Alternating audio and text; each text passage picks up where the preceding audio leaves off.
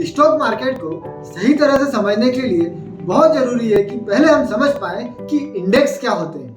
Means Nifty और Sensex. Nifty और Sensex का नाम आपने पहले जरूर सुना होगा, या तो न्यूज चैनल्स पे या फिर किसी न्यूज़पेपर में या आपके किसी परिचित के थ्रू। तो निफ्टी और सेंसेक्स क्या होते हैं, किस तरीके से वर्किंग करते हैं, किस तरीके से ये मार्केट में आए, इन सब के बारे में हम बहुत डिटेल में डिस्कस करने वाले हैं। और किस तरीके से निफ्टी और सेंसेक्स में इन्वेस्टमेंट या ट्रेडिंग की जा सकती है उसके बारे में भी बात करेंगे। नमस्कार दोस्तों, मैं Praveen Dubey, equity research director of Imperial Money, आप सभी का स्वागत करता हूं। अगर आप हमारे चैनल पे नए हैं तो सबसे पहले चैनल को सब्सक्राइब जरूर कर लीजिए ताकि इसी तरह के और भी कहीं कोई इंफॉर्मेटिव वीडियोस आपसे मिस ना हो जाए। तो चलिए बिना किसी देरी किए वीडियो को स्टार्ट करते हैं और समझने की कोशिश करते हैं निफ्टी और सेंसेक्स को। तो एक्चुअली में निफ्टी बना है नेशनल स्टॉक एक्सचेंज की टॉप 50 कंपनीज है। तो टॉप 50 कंपनीज कौन सी जो फ्री फ्लोट मार्केट कैपिटलाइजेशन के बेसिस पे सबसे अच्छी थी, सबसे बड़ी थी और मार्केट में प्रेजेंस सभी सेक्टर से ली गई थी। ऐसा नहीं किया गया कि किसी भी सेक्टर को अवॉइड कर दिया गया। अगर कोई सेक्टर छोटा है तो उससे भी एक ना एक कंपनी जरूर उठाई गई, और कोई सेक्टर बड़ा है तो उससे नंबर ऑफ कंपनी ज्यादा ली गई। जैसे फॉर एग्जांपल बैंकिंग और फाइनेंशियल की बात करें तो ये बहुत ब्रॉड एक सेक्टर है। इसके अलावा आईटी ये भी एक बड़ा सेक्टर है, तो इनसे ज्यादा कंपनियां उठाई गई। कुछ सेक्टर छोटे थे तो उनसे कम कंपनियां उठाई गई। इस तरीके से टोटल 50 कंपनीज उठाई गई जो अपने सेक्टर में टॉप लीडिंग कंपनियां थी, और मार्केट कैपिटलाइजेशन के मामले में फ्री फ्लोट मार्केट कैपिटलाइजेशन इन कंपनियों का सबसे ज्यादा था। अब ये फ्री फ्लोट मार्केट कैपिटलाइजेशन क्या होता है, तो इसके लिए मैं नेक्स्ट वीडियो आपके लिए फ्री फ्लोट मार्केट कैपिटलाइजेशन पे बनाने वाला हूँ, जिसमें आपको डिटेल में बताऊंगा फ्री फ्लोट मार्केट कैपिटलाइजेशन होता क्या है और शेयर्स का या किसी कंपनी का मार्केट कैपिटलाइजेशन एक्चुअली में होता क्या है, उसके बारे में हम बात करेंगे। अभी बात करते हैं कि सेंसेक्स में कितनी कंपनियां हैं और किस तरीके से लेके आए गए। तो सेंसेक्स के अंदर होती हैं 30 कंपनियां जो अलग अलग सेक्टर्स की टॉप लीडिंग कंपनियां थी, और वो भी फ्री फ्लोट मार्केट कैपिटलाइजेशन के बेसिस पे टॉप थी। तो इस तरीके से 30 कंपनियां रखी गई सेंसेक्स में और 50 कंपनियां रखी गई निफ्टी के अंदर। तो ये निफ्टी का नाम निफ्टी और सेंसेक्स का नाम सेंसेक्स क्यों पड़ा, चलिए उस पर डिस्कशन करते हैं। तो निफ्टी एक्चुअली में नेशनल स्टॉक एक्सचेंज बना था 1992 में, और निफ्टी का बेस ईयर था 1995, और 1996 में निफ्टी को लॉन्च कर दिया गया था। अब निफ्टी का नाम निफ्टी 50 रखा गया। एक्चुअली में ये नेशनल स्टॉक एक्सचेंज का इंडेक्स होने वाला था, इसलिए नेशनल को लिया गया और टॉप 50 कंपनी को लिया गया था, इसलिए 50 को लिया गया। तो नेशनल और 50 को मर्ज करके निफ्टी बना दिया गया। और इसी तरीके से जब सेंसेक्स को बनाने की बारी आई थी, तो वैसे तो सेंसेक्स इंडिया का ही नहीं वर्ल्ड में एक बड़े स्टॉक एक्सचेंजेस के रूप में शामिल होता है, और इंडिया का तो सबसे बड़ा स्टॉक एक्सचेंज है ही।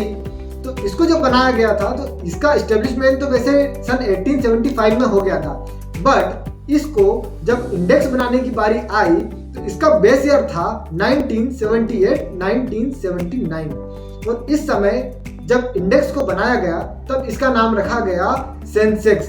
एक्चुअली में ये जो इंडेक्स बनाया गया 30 कंपनियों को मिला के गया था, और 30 कंपनियों को मिला के ये जो इंडेक्स बनाया गया ये बहुत ही सेंसिबल था। मार्केट में आने वाली छोटी बड़ी खबरों से बहुत ज्यादा अप डाउन मोमेंटम इसमें होते थे, इसीलिए इस इंडेक्स का नाम रखा गया सेंसिबल इंडेक्स, और शॉर्ट में उसको कर दिया गया सेंसेक्स। तो सेंसेक्स में जैसे 30 कंपनियां होती हैं, इसको लॉन्च किया गया था सेंसेक्स को सन 1986 में, और ये जो कंपनी जब बेस ईयर 1979 में जब आई थी, इंडेक्स जब आया था, उस समय इसका इनिशियल प्राइस रखा गया था 100 रुपीज का। सेंसेक्स का इनिशियल प्राइस था, बेस प्राइस था 100 रुपीज का, और उसके बाद इसने नियरली 10 साल में बहुत अच्छी परफॉर्मेंस थी, और अप्रोक्सीमेट 10 गुना ये इंडेक्स बढ़ गया, और 100 रुपए से बढ़ के 1000 रुपीज की इसकी प्राइस हो गई थी। और आज की डेट में अगर आप इसका प्राइस देखेंगे तो इस इंडेक्स का प्राइस 60,000 को क्रॉस कर चुका है।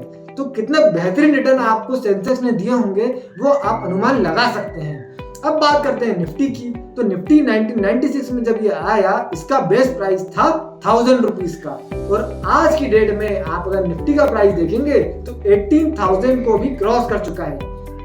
तो ये थी इनकी परफॉर्मेंस। अब बात करते हैं कि निफ्टी और सेंसेक्स में इन्वेस्टमेंट किस तरीके से किया जाए। यदि आप चाहते हैं इनमें ट्रेडिंग करना तो आप डीमेट अकाउंट ओपन करके उसके माध्यम से इसमें ट्रेड कर सकते हैं। डेरिवेटिव्स में आपको डीमेट अकाउंट ओपन करना होगा।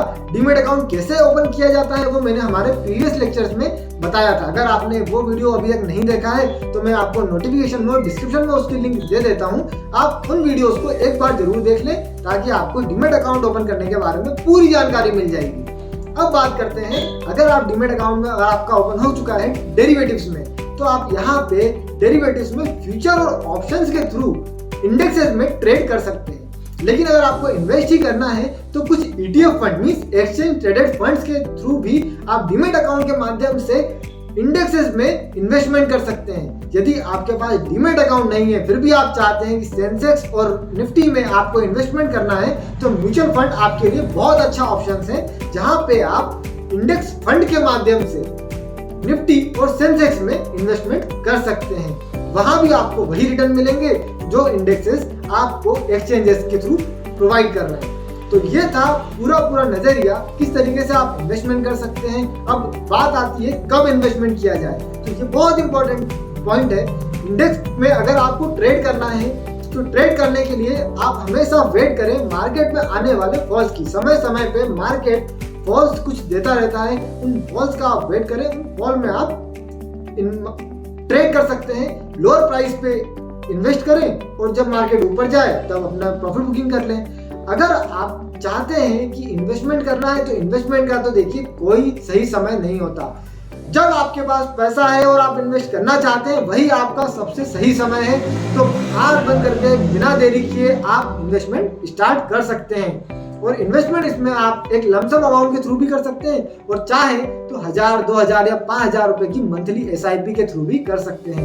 तो ये दोनों ऑप्शन आपके पास अवेलेबल होते हैं। अब बात करते हैं कि इंडेक्स में बनाया क्यों गया, इंडेक्स को बनाया क्यों गया। तो एक्चुअली में आपने जब भी कोई भी बुक उठाई होगी और उसको पढ़ा होगा तो बुक का एक टाइटल होता है, जो टाइटल आपको बताता है कि वो बुक किस चीज से रिलेटेड हो सकती है और उस बुक से आपको क्या नॉलेज मिल सकता है।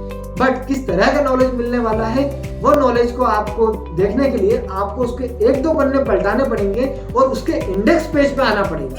तो हर बुक में एक इंडेक्स पेज होता है और वो इंडेक्स पेज आपको बताता है कि उस बुक के अंदर मोटा मोटा है क्या। तो इसी तरीके से इंडेक्सेस आपको बताते हैं कि ओवरऑल मार्केट मोटा मोटा चल कैसा रहा है। अगर आपको ग्रीन दिखता है तो आप समझते हैं कि नहीं यार कंपनियां अच्छी परफॉर्म कर रही हैं, स्टॉक एक्सचेंजेस में जितनी भी कंपनियां हैं तो मार्केट हमारा अच्छा परफॉर्म कर रहा है। अगर आपको दिखेगा रेड में मींस गिरता हुआ तो आप बोलेंगे मार्केट बेयरिश है, मार्केट मंदी की तरफ अभी जा रहा है। तो इसी चीज को देख के भी कई सारे लोग इन्वेस्टमेंट और ट्रेडिंग करते हैं। मार्केट लाल दिखता है तो समझते हैं कि मार्केट बेयरिश टोन में है या डाउन साइड जा रहा है, या ग्रीन टोन में है या ऊपर जा रहा है तो बुलिश टोन में ऊपर जा रहा है तो बाय करने लग जाते हैं। लेकिन ये सही तरीका नहीं होता कभी भी मार्केट में इन्वेस्टमेंट या ट्रेड करने का, क्योंकि किसी भी इंडेक्स की 30 कंपनियां या 50 कंपनियां आपको टोटल ओवरऑल इकोनॉमी या पूरा ओवरऑल मार्केट का सही नजरिया नहीं दे पाएंगी। इसीलिए जरूरी है अगर आप स्टॉक स्पेसिफिक इन्वेस्ट करने वाले हैं तो स्टॉक्स का भी सही नॉलेज जरूर रखें। और उसके लिए हमारे चैनल पे बने रहें। अभी तक सब्सक्राइब नहीं किया तो सब्सक्राइब कर लें और हमारे आगे आने वाली वीडियोस की नोटिफिकेशन आपको सही समय पे मिलती रहेगी और आपको नॉलेज देती रहेगी। आज के लिए इतना ही। अगर वीडियो पसंद आया है, इन्फॉर्मेटिव लगा है तो प्लीज लाइक और शेयर करना बिल्कुल ना भूलिएगा। हमारे चैनल पे बने रहने के लिए थैंक यू। आज के लिए इतना ही, फिर मिलते हैं नेक्स्ट वीडियो में, तब तक के लिए बाय बाय।